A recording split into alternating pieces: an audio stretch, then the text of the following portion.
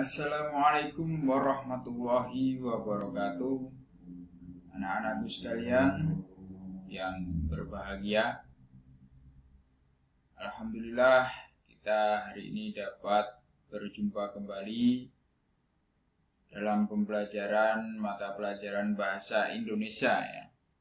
Sebelum kita memulai pembelajaran pada hari ini, mari kita berdoa terlebih dahulu ya, agar diberi kemudahan dalam proses belajar dan apa yang kita pelajari ini dapat bermanfaat.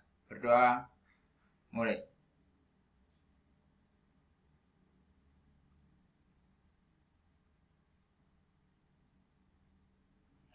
Selesai? Baik, anak-anakku sekalian, pada pertemuan kali ini kita akan membahas tentang bab mewarisi nilai luhur dan mengkreasikan puisi rakyat. Ya, puisi rakyat, kita akan membahas puisi rakyat di sini. Apa itu puisi rakyat? Ya. Jadi puisi rakyat ini adalah salah satu jenis kesusastraan rakyat ya, yang memiliki aturan-aturan tertentu ya. Jadi misalnya puisi rakyat itu ada puisi, kemudian gurindam, kemudian syair, kemudian talibun, kemudian ada karmina, kemudian ada mantra, kemudian ada selekta. Nah, ini contoh-contoh jenis-jenis puisi rakyat. Tapi untuk pertemuan kali ini kita akan fokus pada pantun, syair, dan gurindam ya. Baik, langsung saja untuk selanjutnya kita saksikan di sini. Ya. Mengenal dan memahami puisi rakyat. Nah, kita kenalan dulu ya dengan puisi rakyat. Dalam dunia kesusastraan kita memiliki warisan temurun berupa cerita rakyat atau puisi rakyat yang tidak diketahui nama pengarangnya. Jadi kita itu harus bersyukur ya, bersyukur alhamdulillah di negeri kita ini kita diwarisi dengan berbagai banyak sekali karya-karya kesusastraan ya. Misalnya ada dongeng, ada legenda, ada mitos, ada fabel, itu cerita-cerita rakyat. Ya, kemudian ada puisi-puisi rakyat seperti tadi, pantun, gurindam, syair, mantra, dan lain sebagainya. Dan itu tidak diketahui nama pengarangnya ya, tidak diketahui nama pengarangnya. Kenapa? Karena puisi rakyat atau cerita-cerita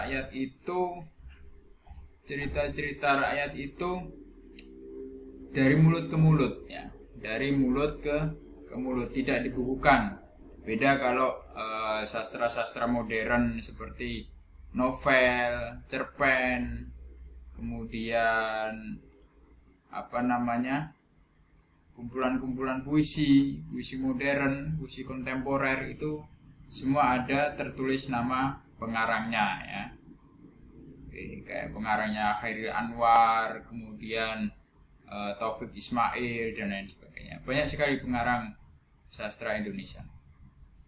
Nah, puisi lama terlihat kaku karena terikat oleh aturan-aturan. Nah, saya sampaikan tadi bahwa puisi rakyat atau puisi lama itu terkesan kaku karena dia ada aturannya. Beda dengan puisi baru atau puisi modern, bebas ya.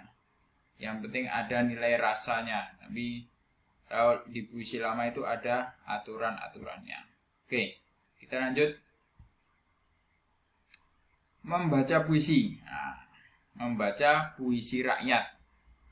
Ini ada tekniknya ya. Kalau pantun, membaca pantun. Membaca pantun dengan membaca gurindam atau syair itu berbeda. Oke. Ini contoh pembacaan puisi, maksudnya di contoh pembacaan pantun ya. Ini contoh pembacaan pantun tanpa lagu. Nah, ini kita saksikan. Dengarkan ya. Makan nasi pakai bakwan, disiram pakai kuah kari. Nusantara penuh keragaman, lestarikanlah potensi. Nah, itu contoh pantun, pembacaan pantun tanpa lagu. Sekarang yang kedua, ya, ada contoh pembacaan pantun ya dengan lagu Rasa Sayangi. Kalau kalian lihat di televisi itu ada pantun-pantun yang diiringi dengan lagu ya. Contohnya seperti ini. Nah, kita dengarkan dulu. Rasa sayang sayangi, ku lihat dari jauh. Rasa sayang sayangi, makan nasi pakai bakwan, disiram pakai kuah kari. Nusantara penuh keragaman, lestarikanlah potensi negeri. Nah, itu contohnya ya. Contoh pembacaan puisi dengan lagu. Rasa sayang. Enggak ya. Contoh pembacaan puisi dengan pembacaan pantun dengan lagu Rasa Sayangi. Dari mana lagu Rasa Sayangi ini? Ada yang tahu ya? Ya, lagu Rasa Sayangi ini dari lagu daerah dari Maluku ya. Dari Maluku, lagu daerah. Oke, kita lanjut. Kita lanjut pantun ya, masih berbicara tentang pantun. Ini ciri-ciri pantun. Nah, tadi kan saya sampaikan bahwa puisi lama itu terikat dengan aturan. Nah, ini aturan-aturan ciri-ciri pantun. Yang pertama, tiap bait terdiri dari 4 baris. Ya, coba ini saya sajikan juga contohnya biar jelasin. Tiap bait terdiri dari 4 baris. Kita lihat di sini contoh pantun ya, ada 4 baris, 1, 2, 3 dan 4 ya. Tiap baris terdiri dari 8 sampai 12 suku kata. Kita lihat di sini baris pertama. Makan nasi pakai bakwan ya, ada 8 suku kata di baris pertama. Kemudian di baris yang kedua, disiram pakai kuah kari, 9 ya, 9 suku kata. Kemudian baris ketiga ada Nusantara penuh keragaman, ada 10 suku kata ya. Yang terakhir ada lestarikanlah potensi negeri. Nah, ada 10 suku kata juga. Jadi semuanya di antara 8 sampai 12 suku kata. Kemudian bersajak ABAB. Maksudnya gimana? Maksudnya adalah bunyi terakhir ya, sajak atau rima itu bunyi yang sama. Bunyi terakhir pada baris pertama ini sama dengan bunyi terakhir pada baris yang ketiga. Bakwan dengan keragaman sama-sama an ya. Bunyi akhirnya sama an. Kemudian yang baris kedua berakhiran ri. Baris keempat juga berakhiran ri. Ri, artinya baris pertama sama dengan baris ketiga, baris kedua sama dengan baris keempat ya. Itu maksudnya bersajak ABAB. Kemudian baris pertama dan kedua sampiran ya. Ini sampiran ini ya. Nah, ini makan nasi pakai bakwan, disiram pakai kuah kari. Ini merupakan sampiran. Kemudian baris ketiga dan keempat isi. Nah, ini isinya adalah Nusantara penuh keragaman, lestarikanlah potensi negeri. Ini termasuk jenis pantun nasihatnya. Jadi jenis pantun itu banyak sekali. Kita lihat di sini jenis pantun. Ya. Nah, ini jenis pantun. Ada pantun nasihat tadi ya contohnya. Kemudian pantun jenaka, pantun remaja, pantun agama, pantun teka-teki. Ya, contohnya pantun jenaka itu seperti apa? Contohnya seperti ini. Berlayar-layar ke tepian, dari hulu sungai Bengawan, daripada hidup kesepian, mending kita cepet nikahan. Nah, itu kan lucu gitu ya. Nah, kemudian ada pantun remaja. Nah, ini biasanya berkaitan dengan perasaan-perasaan remaja gitu ya. Tadi kasih sayang gitu ya. Contohnya, Santun bukan sembarang santun, ada budaya dari dulu. Pantun bukan sembarang pantun, pantun untuk mengirim rindu. Nah, ini perasaan rindu seseorang ya, dikirimkan lewat sebuah pantun. Kemudian pantun agama. Nah, ini berarti berisi tentang religi-religi ya, nasihat-nasihat keagamaan. Jalan-jalan keliling desa. Jalan-jalan keliling desa. Tidak lupa mampir ke sawah. Bersenang-senang boleh saja, tapi jangan lupa ibadah. Nah, kita boleh, kita senang, tapi harus tetap beribadah. Kemudian ada pantun teka-teki ya. Pantun teka-teki contohnya bagaimana? Jadi isinya itu nanti menimbulkan pertanyaan gitu. Kayaknya gini. Hari hujan menjadi galau, hari panas menjadi cerah, saat kecil berbaju hijau, ketika besar berbaju merah. Ya, apa coba itu? Kecil hijau, besar merah. Kira-kira apakah dia? Ya, betul sekali. Ia adalah cabai merah. Nah, itu pantun teka-teki. Nah, di sini ada nama-nama pantun di berbagai bahasa di Nusantara ya. Jadi sebenarnya sama, tapi kita itu kaya akan bahasa ya, negeri kita itu. Kita harus bersyukur.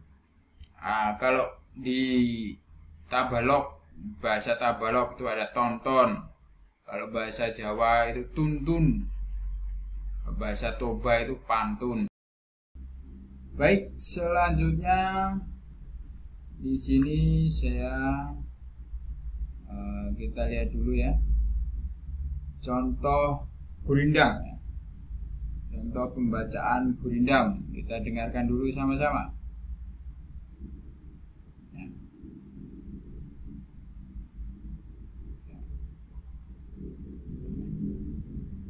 Ya, kita dengar dulu sebentar. Masih loading rupanya ya. Ini gurindam pasal yang keempat.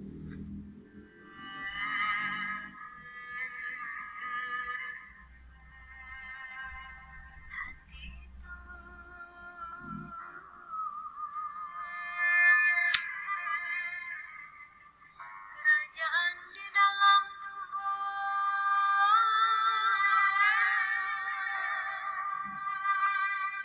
jikalau zalim,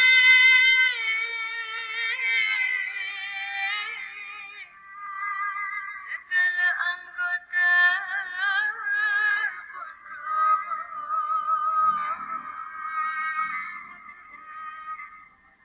Apabila dengki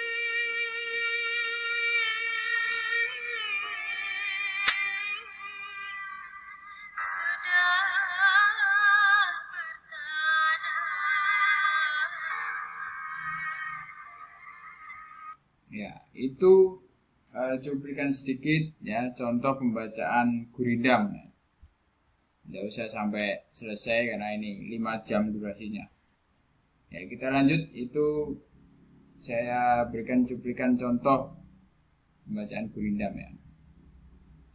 Oke, selanjutnya di sini ciri-ciri gurindam. Nah, kalau tadi ciri-ciri pantun, sekarang ciri-ciri gurindam. Terdiri atas 2 baris dalam sebait. Jadi kalau pantun apa tadi? 1 bait ada 4 baris. Kalau gurindam cuma 2 baris ya. Tiap baris memiliki jumlah kata sekitar 10 sampai 14 kata ya.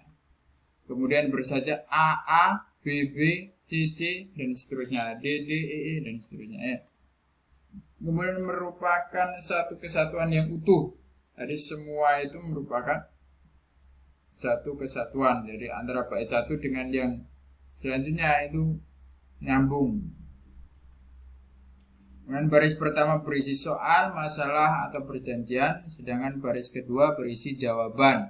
Nah, ini merupakan isi gurindam ya, yang terdapat di baris kedua itu. Kemudian isi gurindam bisa berupa nasihat, filosofi kehidupan, atau kata-kata mutiara. Nah, ini contohnya. Hati itu kerajaan di dalam tubuh. Jikalau zalim, segala anggota pun roboh. Apabila dengki sudah bertanah, datanglah daripadanya beberapa anak panah. mengumpat dan memuji hendaklah pikir, disitulah banyak orang yang tergelincir dan seterusnya. Yang tadi ini yang ada di video itu tadi ya. Oke. Kemudian yang selanjutnya ada syair. Nah ini saya putarkan juga lagi syair ya, nanti dengar saja.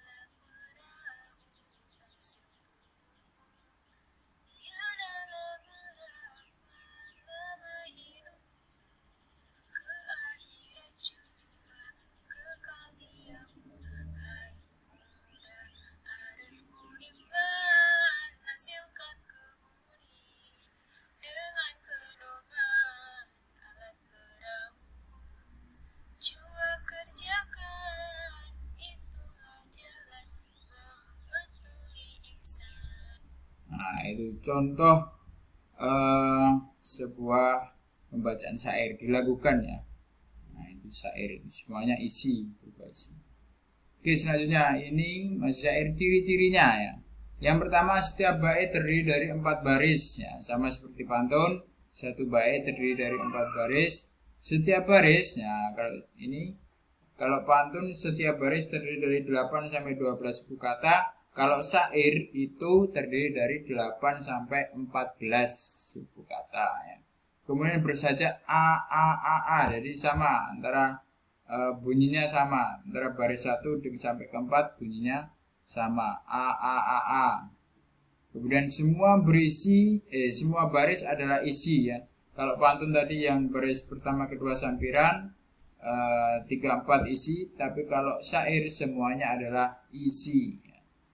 Bahasa yang digunakan adalah bahasa kiasan. Berarti bukan makna yang sebenarnya. Bahasa kiasan itu bahasa yang bukan makna sebenarnya. Oke. Nah, ini contoh syair ya. Dengarlah wahai anak Ananda, rajinlah belajar sepanjang masa. Ilmu tiada pernah habis dieja. Sebagai bekal sepanjang usia. A ya. Sajaknya a. Semuanya isi. Dengan ilmu engkau terjaga dari suramnya waktu dan masa. Cemerlang akan senantiasa menyinari dirimu di masa dewasa. Itu ini berarti kita disuruh untuk menuntut ilmu ya. Biar cemerlang itu saja maksudnya ya. Baik, itu sekian sedikit materi pada pertemuan kali ini tentang puisi lama ya, pantun, syair, dan gurindam. Setelah ini nanti akan ada kuis sedikit ya. Nanti silakan masuk ke Google Form ya. Masuk ke Google Form yang linknya akan saya share di grup kelas ya. Nanti di situ ada kuis, ada pertanyaan-pertanyaan, dan silakan dijawab ya. Sekian untuk materi kali ini. Mari kita tutup dengan bacaan hamdalah. Alhamdulillahirrahmanirrahim. Istighfar 3 kali. Astagfirullahaladzim. Tutup dengan doa kafaratul majelis. Subhanaka wa ma asyhadu alla ilaha illa anta astaghfiruka wa atubu ilaik. Alhamdulillahirrahmanirrahim. Sekian. Terima kasih. Tetap semangat belajar kapanpun dan dimanapun ya. Sukses selalu. Wassalamualaikum warahmatullahi wabarakatuh.